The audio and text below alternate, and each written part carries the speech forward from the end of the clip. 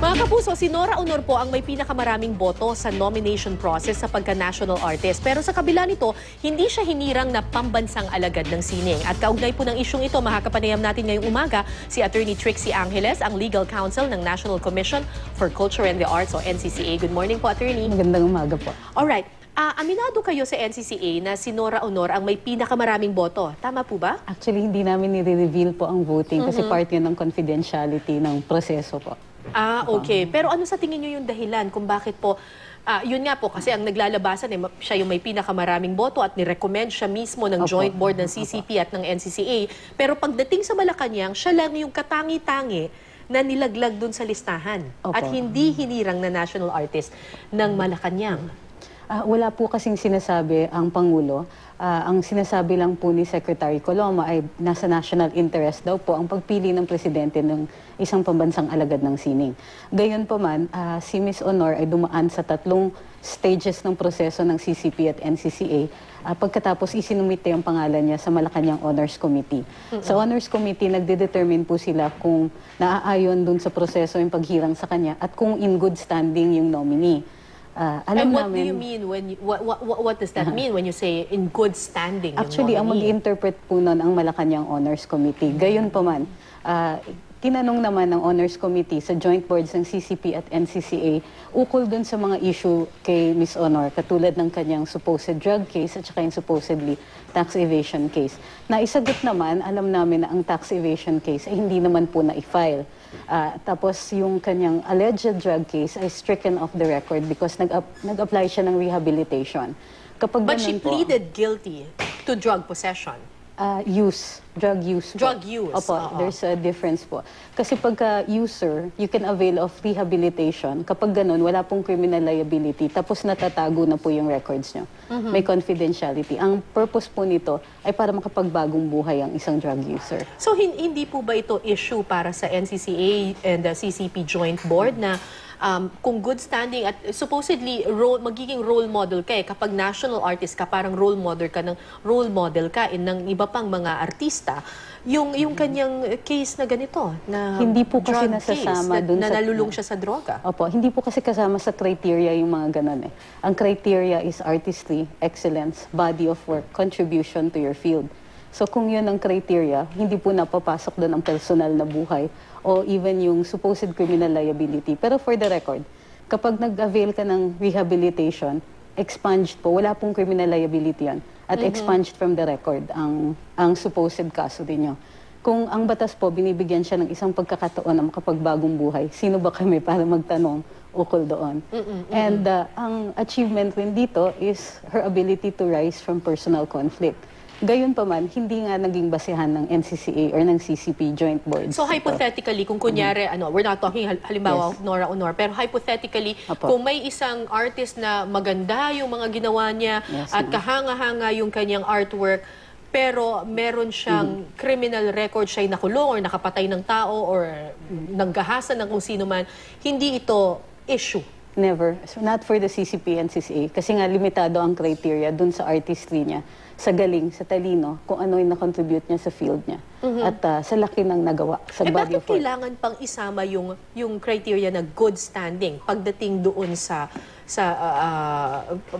pagsusuri na ng Malacanang? Ito po ay inimpose ng executive order nung kapanahunan ni Mrs. Arroyo at nilagay sa poder ng Malacanang Honors Committee ang definition kung ano po yung good standing.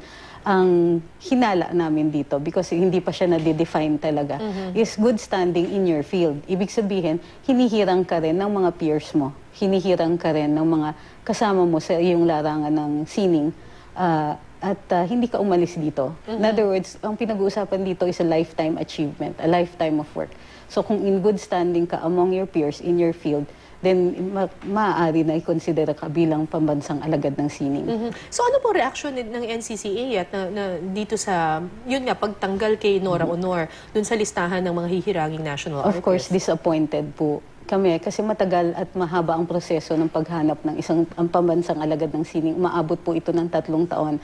At dito sa kaso na ito, medyo mahaba-haba pa yung proseso kasi nga naka-TRO yung dating proclamation noong 2009. So, nagkaroon ng maraming oras para paggugulan itong next set ng mga pambansang alagad ng sining.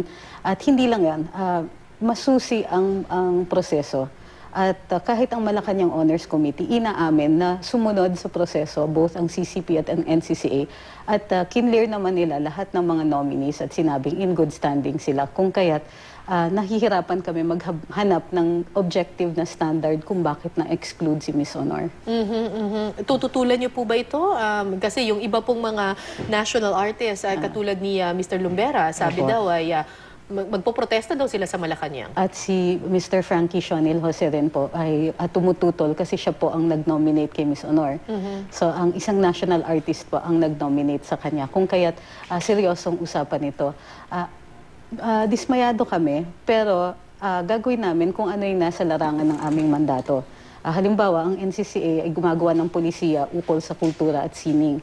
So, i-review namin yung mga existing policies at kung kailangan mag-propose kami ng bagong batas ukol dito sa pambansang alagad ng sining, yun po ay gagawin namin.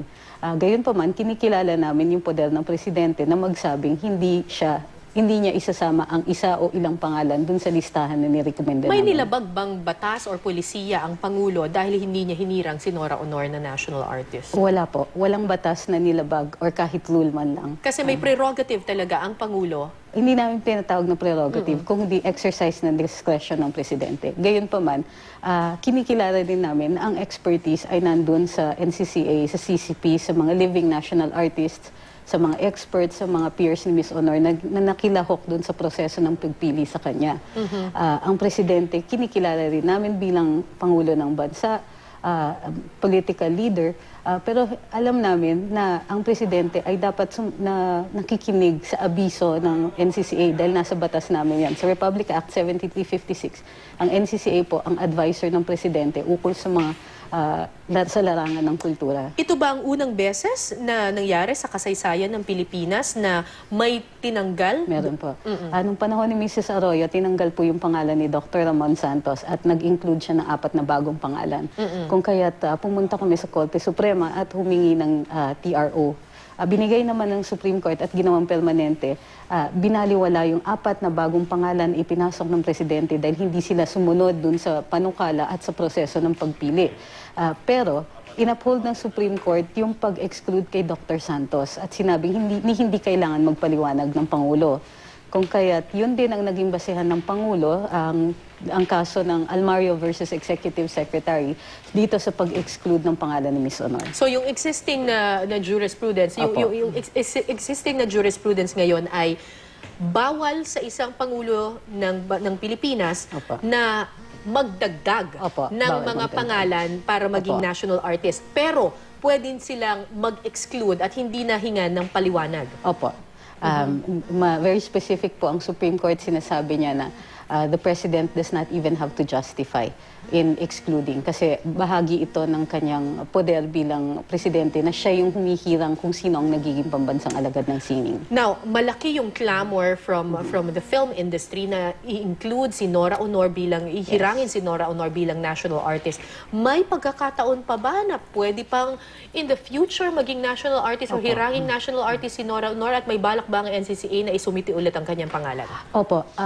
Isa ito sa mga options ng NCCA na gawa na po namin, may precedent na naset. Nung na-exclude po si Dr. Ramon Santos na na-nominate for music, ni-resubmit lang namin po nitong November 2013. At ito ang isa sa mga pangalan na tinanggap ng Presidente.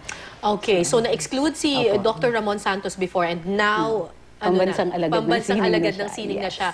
So Nora Honor, isusumitin niyo ulit? Yeah. Well, option po yun. Kailangan pa po mag-meet ang NCCA at CCP boards muli para ito determine kung i-resubmit nga yung pangalan niya at kung kailan nila gagawin ito. At kailan ulit maghihirang ng next batch of national Usually, artists? 3 taon pa po. After 3 years. Yes, nagkaroon po ba kayo ng pagkakataon na makausap si Miss Honor at anong kanyang reaksyon tungkol dito sa pagkakalaglag sa kanya dun sa listahan ng mga pambansang alagad ng sining?